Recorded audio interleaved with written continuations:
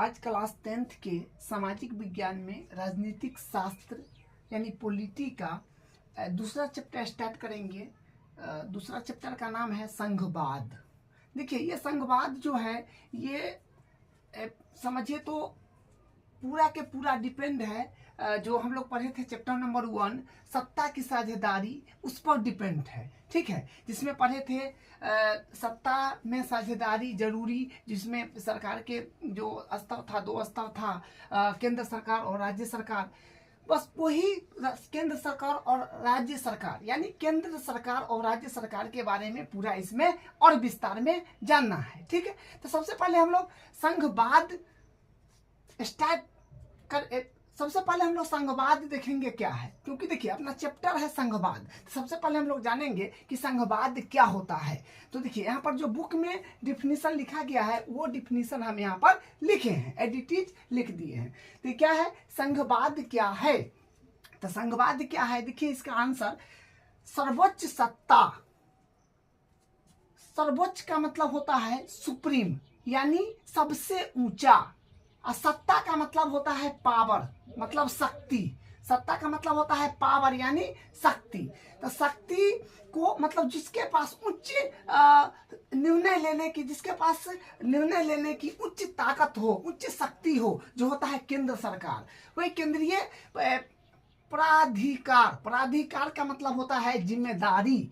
तो अपने देश में क्या है कि निर्णय लेने का जो उच्च शक्ति है वो है केंद्र सरकार को, वही लिखा है केंद्र प्राधिकार। और उसके विभिन्न अनुषंगिक का मतलब होता है विभिन्न अनुषंगिक इकाइयों। तो विभिन्न अनुषंगिक इकाइयों का मतलब हो जाएगा, इकाइयों का मतलब होता है छोटा छोटा इकाइयों से मिलकर बनना। जैसे हमारा बॉडी जो है बहुत सारे कोशिकाओं से मिलकर बना है, उसी प्रकार अपना राज्य जो है अपना देश जो है, अपना जो देश है, उसी प्रकार जो अपना देश है वो भिन्न भिन्न राज्यों से मिलकर के बना है, के बीच बट जाती है। मतलब पावर जो है, शक्ति जो है विभिन्न राज्यों के बीच बराबर बट जाता है, उसी को हम लोग क्या बोलते हैं संघवाद। वही लिखा हुआ है कि सर्वोच्च सत्ता केंद्रीय प्राधिकार और उसके विभिन्न अनुषंगिक इकाइयों के बीच बट जाती है, उसे हम लोग क्या बोलते हैं संघवाद। ये बुक का डिफिनेशन था, ये लिख दिया, उसका मतलब भी समझा दिए।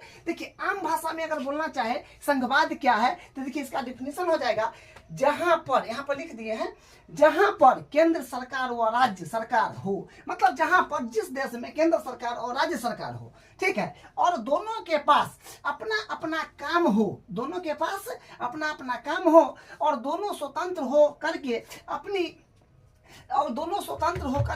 अपनी कार्य को करती है, वैसी व्यवस्था संघवाद कहलाता है। तो आम भाषा में क्या बोलेंगे कि जहां पर केंद्र सरकार और राज्य सरकार हो और दोनों का अपना अपना काम हो और दोनों स्वतंत्र होकर के अपना अपना काम करे, उसी को वैसी व्यवस्था जो होता है वो संघवाद कहलाता है। ठीक है, तो देखिए इसमें 2 बात को हम लोग चर्चा करेंगे, एक संघवाद क्या है और एक एकात्मक।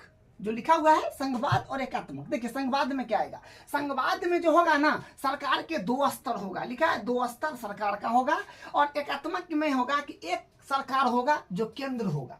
ठीक है, सरकार एक होगा जो केंद्र सरकार होगा, और दूसरा होगा कि राज्य सरकार केंद्र के अधीन नहीं। मतलब राज्य, देखिए केंद्र सरकार एगो होगा और उस केंद्र सरकार क्या होता है पूरे देश के लिए होता है, और पूरे देश में जो होता है भिन्न भिन्न राज्य होता है, और प्रत्येक राज्य में एक पर्टिकुलर राज्य सरकार होता है। तो राज्य सरकार भी अपना जो काम करेगा वो अपना लिस्ट के अनुसार करेगा। केंद्र सरकार का अपना लिस्ट होता है काम करने का, और राज्य सरकार का अपना लिस्ट होता है काम करने का। ये बार बार नहीं पूछेगा केंद्र सरकार से कि हम क्या काम करें नहीं करें, मतलब उसके पास लिस्ट होता है, वो अपना काम करेगा और राज्य सरकार अपना काम करेगा। वही है कि राज्य सरकार केंद्र के अधीन नहीं है, राज्य सरकार अपना काम करेगा, केंद्र सरकार अपना काम करेगा। किसमें? संघवाद में। एकात्मक में देखिए राज्य सरकार केंद्र सरकार के अधीन होगी, मतलब राज्य सरकार जो होगा किसमें? एकात्मक में जो राज्य सरकार होगा वो केंद्र के अधीन काम करेगा। जैसे मान ली कोई देश है, उस देश में एक पूरे देश के लिए जो सरकार होता है वो केंद्र सरकार होता है, और उसमें भिन्न भिन्न राज्य होता है। तो उस राज्य में प्रत्येक राज्य के लिए पर्टिकुलर एक राज्य सरकार होगा। तो राज्य सरकार कोई भी काम करेगा तो वो पूछेगा किससे? केंद्र सरकार से। वो पूछेगा केंद्र सरकार से कि भाई साहब हम ये काम करें कि नहीं करें। वो ऑर्डर देगा तो करेगा, ना तो नहीं करेगा। तो कहने का मतलब पूरा राज्य चलेगा केंद्र सरकार का ही, ठीक है। उसके बाद देखिए इसमें जो होगा, इसमें सर्वोच्च न्यायालय और न्यायपालिका। देखिए एक बात है कि अपने भारत में जो है संविधान है, जो लिखित संविधान है, उसमें है सर्वोच्च न्यायपालिका एक है, सर्वोच्च न्यायपालिका। और उसमें क्या है कि दोहरी, देखिए लिखित संविधान, इसमें दोहरी नागरिक। देखिए दोहरी नागरिक संघवाद में दोहरी नागरिक, तो दोहरी नागरिक में क्या है कि देखिए संघवाद में दोहरी नागरिक होता है, जिसमें क्या है कि एक देश होगा एक राज्य होगा। तो दोहरी नागरिक का मतलब देखिए क्या होता है वो समझिए। दोहरी नागरिक का मतलब होता है, जैसे मान लीजिए कि हम रह रहे हैं भारत में, तो भारत में रह रहे हैं, इंडिया में रह रहे हैं, तो हम बिहार के हैं, तो बिहार का एक नागरिक होना चाहिए, ठीक है। और एक देश में रह रहे हैं तो देश का नागरिक होना चाहिए, तो इसको बोलते हैं दोहरी नागरिक। तो देखिए दोहरी नागरिक जो है अपना भारत में तो है नहीं। दोहरी नागरिक जो है ये अपने को मिलेगा, देखने को मिलता है। दोहरी नागरिक आपको देखने को मिलेगा अमेरिका में। अमेरिका तो देश है, और वहाँ का एक राज्य है जो टेक्सास है। मतलब बहुत राज्य है, लेकिन एक राज्य का नाम जानते हैं, उसको लिखे हैं टेक्सास।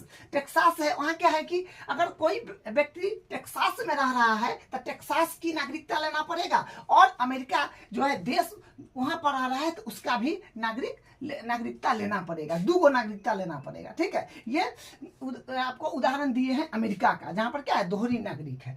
देखिए एकात्मक में, देखिए एकात्मक में एक नागरिकता है, मतलब एक ही नागरिकता है। जैसे हम लोग भारत के हैं तो हम बिहार में रहे, राजस्थान में रहे, पंजाब में, हरियाणा, कोलकाता, कहीं पर भी रहे तो हम लोग क्या है भारत का ही है।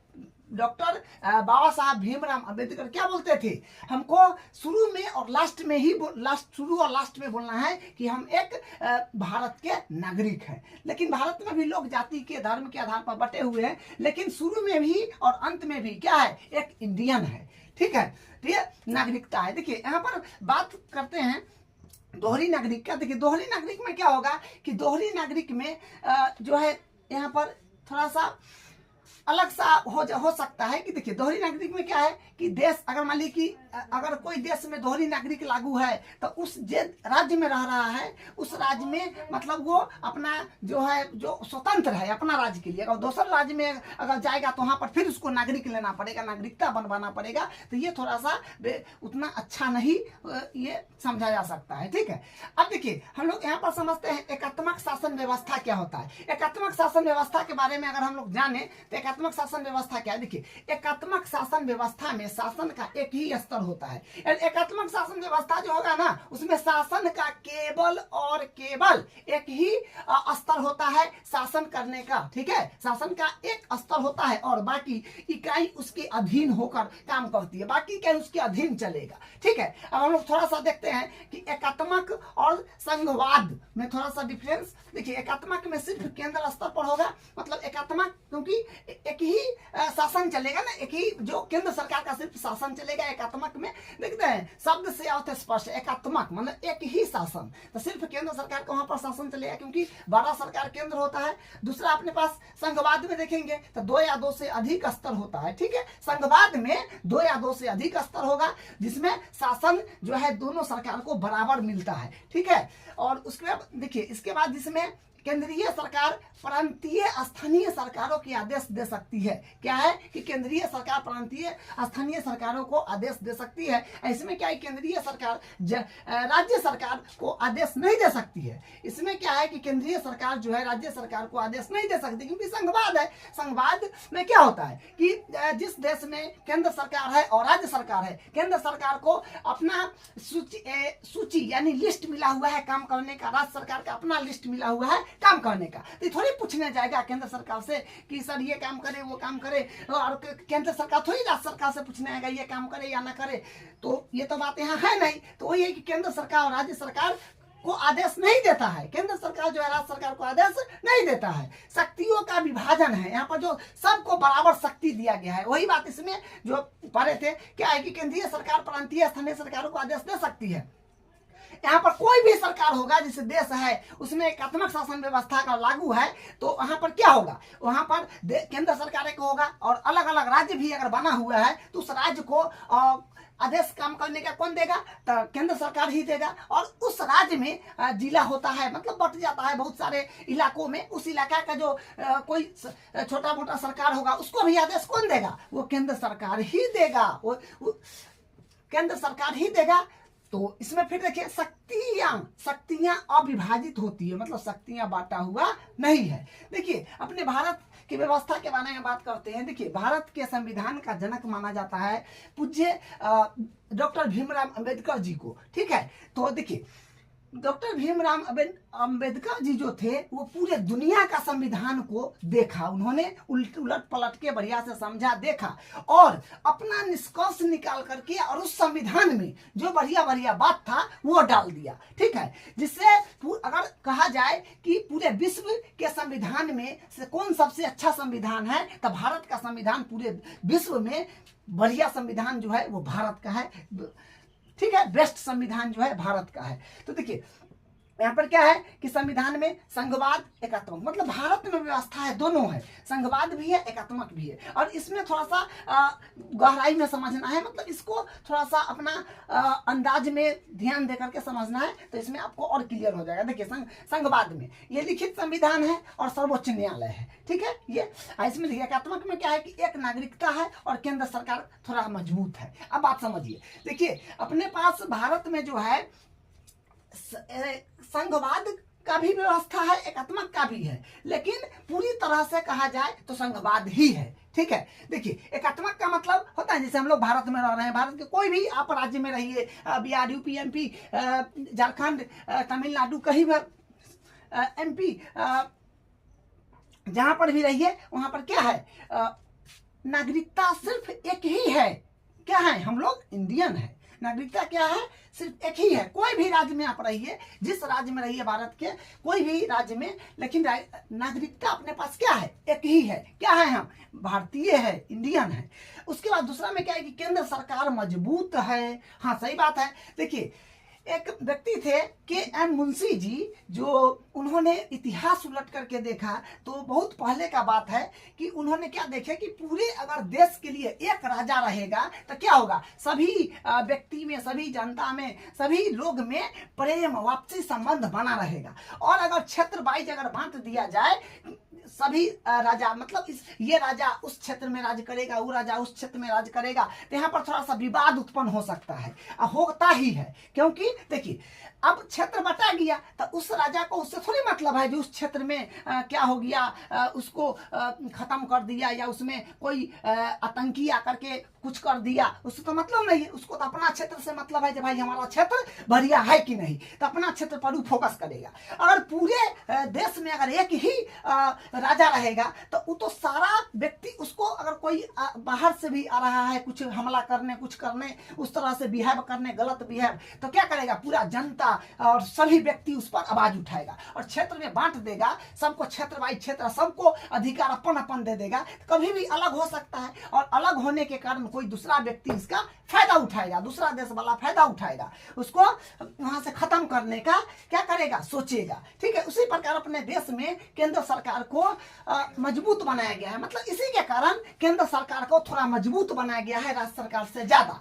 और केंद्र सरकार मजबूत रहेगा तो राज्य सरकार, अगर राज्य में कोई भी कुछ हो रहा है तो केंद्र सरकार क्या करेगा, उस पर ताकत लगाएगा। और सारा जो है पब्लिक जनता सब अपना आपसी संबंध भाईचारा बनाया है, इसके कारण उसको इसमें मतलब थोड़ा सा भी गलत बिहेव नहीं होने देगा, सब बचाएगा। तो इसलिए केंद्र सरकार को थोड़ा सा मजबूत होना अनिवार्य है, समझे। तो अब देखिए कि भारत में व्यवस्था जो है, आपने देखा संघवाद और एकात्मक। तो अब बात आया कि भारत में कैसी व्यवस्था है, संघवाद है कि एकात्मक है। देखिए ये डॉक्टर बाबा साहब भीमराव अंबेडकर जी ने कहे थे कि देखिए वो संविधान में खड़ा होकर करके कहे थे, संविधान में खड़ा होकर के बोले थे कि भारत का व्यवस्था संघीय है, क्योंकि भारत में एक केंद्र सरकार है और भारत में जो राज्य है अलग अलग, उसमें पर्टिकुलर एक सरकार है और सरकार को सभी को अपना अपना काम करने का अधिकार है, सब स्वतंत्र है। इसलिए क्या है, भारत एक संघीय शासन व्यवस्था है। ठीक है, तो इस तरह से तो वही बात यहाँ पर लिखा हुआ है कि इंडिया में कौन सी व्यवस्था है। तो देखिए क्या लिखा है, संघवाद का मुख्य गुण केंद्र और राज्यों के बीच विधायी और कार्यपालिका शक्तियों के विभाजन में निहित होता है। हमारे संविधान में इस सिद्धांत को अपनाया गया है।